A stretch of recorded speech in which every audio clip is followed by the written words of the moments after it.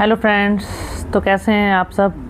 मैं फिर आ गई हूँ आज एक नई वीडियो के साथ। आज की वीडियो में मैं आपको बताऊंगी कि आपने अपने सैलून की रेट लिस्ट कैसे बनानी है, क्योंकि जो आपका सैलून है वो सारा आपके रेट्स पर डिपेंड करता है। एक तो आपका काम कैसा है और एक आपकी सैलून के रेट्स क्या हैं।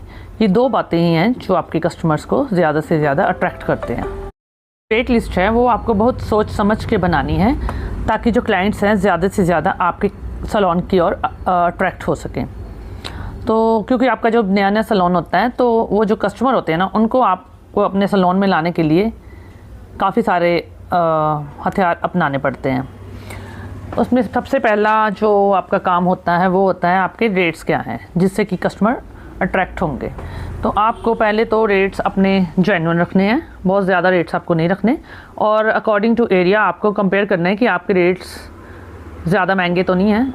आपके जैसे कि एरिया में जो रेट्स चल रहे हैं उससे आपने थोड़े कम रखने हैं, ताकि क्लाइंट्स को लगे कि ये थोड़ा थोड़ा कम रेट्स में काम कर रहे हैं, तो वो फिर आप काम करवा कर आपसे देखेंगे। एक बार तो ज़रूर आएंगे आपसे सर्विस लेने, और अगर आपका काम उनको अच्छा लगेगा तो फिर आपके कस्टमर हमेशा के लिए बन जाएंगे, क्योंकि उनको लगेगा ये चीप एंड बेस्ट सैलून है, तो फिर वो हमेशा के लिए आपके बन करेंगे। और अगर आप ज़्यादा रेट्स चार्ज करेंगे तो फिर क्लाइंट्स जो है ना, वो फिर हर इंसान सोचता है कि कहाँ हमें प्रॉफिट है और कहाँ हमारा नुकसान हो रहा है, तो फिर वो सोच के जाते हैं। तो इसलिए आपको रेट्स बहुत ही जेन्युइन रखने हैं। यहाँ पे मैं अपनी एक फ्रेंड का किस्सा आपके साथ शेयर करना चाहूँगी।